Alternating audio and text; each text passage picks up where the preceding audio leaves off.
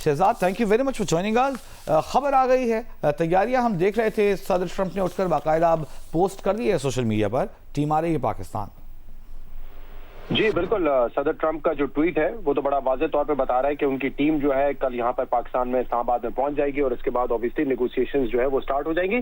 हम तो देख रहे हैं इस्लामाबाद में कि जो रेड जोन की प्रिपरेशंस हैं वो बिल्कुल वैसी है जैसे कि पिछले हफ्ते हमने देखा था जब फर्स्ट राउंड ऑफ टॉक्स हुए थे इस्लामाबाद में, जिसको नाम दिया गया था इस्लामाबाद टॉक्स का। तो उस वक्त जब जेडी वेंस की सरबराही में अमरीकी वक्त यहाँ पे था, ईरान का वक्त जो है वो कालीबाग की सरबराही में था, तब भी इसी किस्म के प्रिपरेशंस थे, बल्कि शायद ये कहा जा सकता है ये प्रिपरेशंस थोड़ा ज्यादा जल्दी शुरू हो गए हैं। तो ये तो अब वाज़ेह है कि टॉक्स होने हैं और ऑफिशियली अब तक कोई हमारे पास ऐसी अपडेट नहीं थी या तारीख अब भी नहीं है कि कब शुरू होंगे। लेकिन अगर अमरीकी टीम कल पहुंच रही है पाकिस्तान यानी कि पीर के रोज, तो इसका मतलब यही है कि ट्यूसडे से जो है वो ये बातचीत का सिलसिला शुरू हो जाएगा। लेकिन इसी ट्वीट में अगर आप देखें जो डोनाल्ड ट्रंप साहब ने की है उसमें वो दोबारा धमकी भी दे रहे हैं। वो कह रहे हैं कि ईरान को कि हम एक फेयर डील करना चाहते हैं, एक रीजनेबल डील करना चाहते हैं, और अगर ईरान इससे इनकार करता है तो फिर हम उनके तमाम पावर प्लांट्स, उनके ब्रिजेस जो है वो तबाह कर देंगे। और वो ये भी कह रहे हैं कि ये उनके लिए एक ऑनर की बात होगी। वैसे तो जो सदूर रहे अमेरिका के 47 साल में उनको ये काम कर देना चाहिए था, लेकिन उन्होंने नहीं किया। लेकिन अब वो कह रहे हैं कि ईरान को एक किलिंग मशीन करार देके कि हम उनको मुकम्मल तौर पे तबाह कर देंगे। तो इसका मतलब यही है वजी के इस वक्त एक डुअल पॉलिसी आप कह सकते हैं कि पैरेलल ट्रैक चल रहा है। एक तरफ तो वॉर प्लानिंग हो रही है, क्योंकि कल भी इत्तला थी कि सिचुएशन रूम में प्रेसिडेंट ट्रंप के साथ उनके जो दीगर टॉप लीडरशिप है वो वहां पे मौजूद थी और वो इस बात पे गौर कर रहे थे कि अपना हुर्मुज़ का मुस्तकबिल क्या होगा। कल जो हालात पैदा हुए अपने हुर्मुज़ पे, जब दोबारा उसको ईरान ने बंद किया और कुछ जो वहां पे जहाज थे उनके ऊपर फायरिंग भी की गई, तो एक तो उस पर तबादला ख्याल किया गया और वहां पर भी यही खबरें आई कि उस सिचुएशन रूम में इस बात पर भी डिस्कशन हुई है कि अगर टॉक्स कामयाब नहीं होते तो फिर दोबारा ईरान पे हमला किया जाएगा।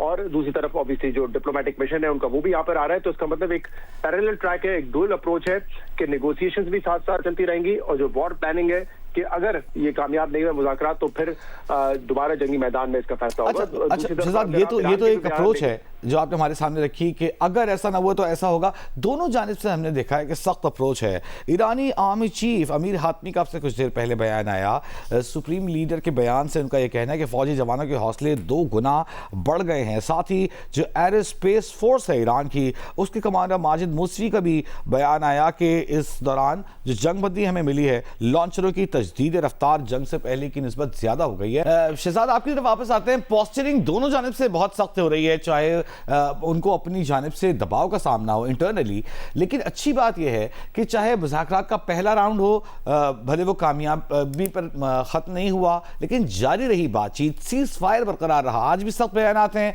लेकिन साथ ही टॉक्स जो हैं उनकी तैयारी हो रही है, टीम भेजने की बातें हो रही हैं। कितना पॉजिटिव है ये कि बयान अपनी जगह लेकिन अमन की तरफ कदम बढ़ाए जा रहे हैं।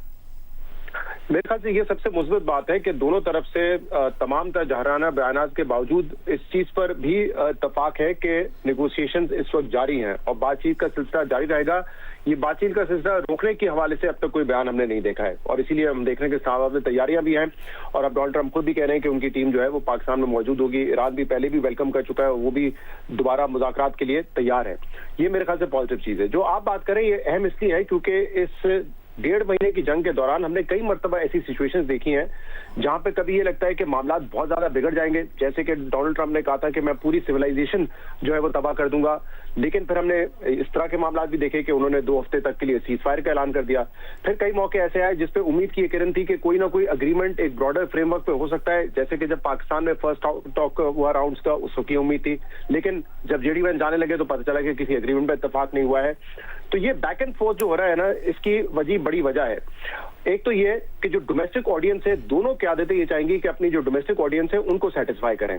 अमेरिका ऑब्वियसली दिखाना चाहेगा कि अगर हम इस जंग में पड़े हैं तो कुछ ना कुछ हमें कामयाबी मिली है, ईरान का नुकसान हुआ है। ईरान जिनके सुप्रीम लीडर को शहीद कर दिया गया, उनके चीफ सिक्योरिटी ऑफिसर को शहीद कर दिया गया, वो ऑब्वियसली कोई ऐसी डील नहीं करना चाहेंगे जिससे पब्लिक परसेप्शन ये जाए कि इतने बड़े नुकसान के बावजूद वो पीछे हट गए हैं। तो ऑब्वियसली उनको अपनी डोमेस्टिक ऑडियंस को भी सेटिस्फाई करना है। फिर जी बड़ी अहम बात यह है कि दोनों साइड्स पे हार्डलाइनर्स मौजूद हैं, यानी कि अमेरिका जिसके हवाले से कहा जाता है कि वो इसराइल की वजह से इस जंग में पड़ा है। और ऑब्वियसली डोनाल्ड ट्रंप के आसपास जो लोग हैं वो एक अरसे से इस बात की तैयारी कर रहे थे कि ईरान पर हमलावर होंगे, ईरान के जो बैलिस्टिक मिसाइल प्रोग्राम है उनको भी तबाह करना है, उनकी न्यूक्लियर फैसिलिटीज को तबाह करना है, यानी कि उनको बिल्कुल ही न्यूट्रलाइज कर देना है। तो उनका प्रेशर बहुत है अमेरिका के ऊपर कि इस जंग को जारी रखा जाए। इसी तरह हार्डलाइनर्स ईरान में भी मौजूद है। आपने देखा जब स्ट्रेट ऑफ हॉर्मुज खोलने का ऐलान किया गया वजीर खारजा इराक़ची की जानिब से, तो उसके बाद कुछ ऐसा मीडिया जो कि ऐसा ईरानी मीडिया जो कि IRGC की सपोर्ट जिनको हासिल है उनकी तरफ से तनकीद हुई कि इस डील में ट्रांसपेरेंसी लाई जाए। इस ट्वीट को जिस तरीके से किया गया उससे काफी सारे अभाम पैदा हुए हैं। और फिर हमने देखा कि कुछ उनके ऑफिसर्स हैं ईरान के जो कि तनकीद कर रहे हैं अपनी ही मुज़ाकराती टीम पर कि जिस तरीके से स्ट्रेट ऑफ हॉर्मुज खोलने का फैसला किया गया वो गलत था, क्योंकि अभी तक अमेरिका ने नेवल ब्लॉकेट खत्म करने का फैसला नहीं किया था।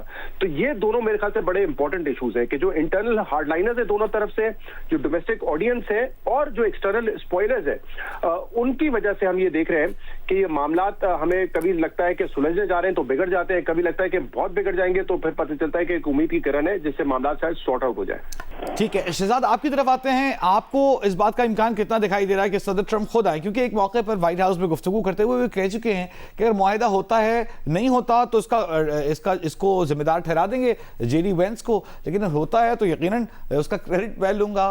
तो क्रेडिट लेने के लिए ट्रंप पाकिस्तान आए, कितने इम्कान आते हैं, कितने %?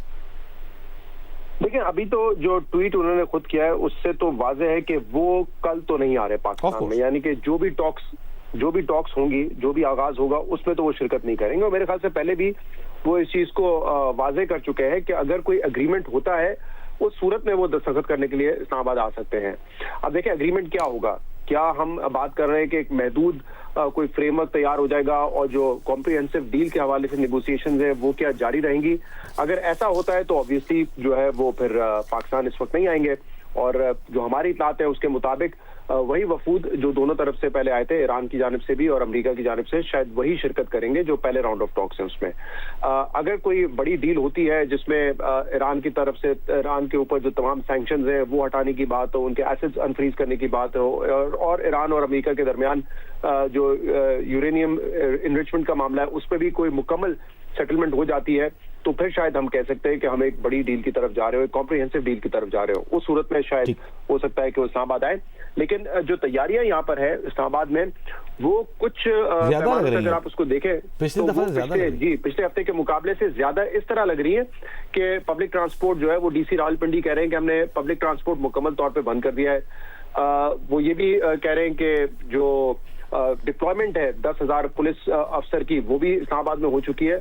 तो हो सकता है कि प्रिपरेशंस इस लिहाज से भी हो कि अगर कोई एग्रीमेंट हो जाता है और फौरी तौर पर ये फैसला होता है अमेरिका की तरफ से कि डोनाल्ड ट्रंप पाकिस्तान आ रहे हैं, तो फिर ज्यादा वक्त जो है वो जाया ना हो, क्योंकि ऑब्वियसली इतनी बड़ी डिप्लॉयमेंट करने के लिए सबको अपना रोल असाइन करने में लिए एक वक्त चाहिए होता है। तो हो सकता है ये बिल्कुल हो रहा है कि पाकिस्तान और इस्लामाबाद बिलखसूस जो है रेड जोन के अतराफ में और इसके अलावा दीगर इलाकों में जो प्रिपरेशन है वो तो इस लेवल की कर रहे हैं कि अगर प्रेसिडेंट ट्रंप भी पाकिस्तान आए तो उसके लिए एक फुल प्रूफ जो प्लान हो, एक सिक्योरिटी प्लान हो, वो मुरतब पहले से किया जा चुके, आखिरी मिनट्स पे चीजें ना हो रही है।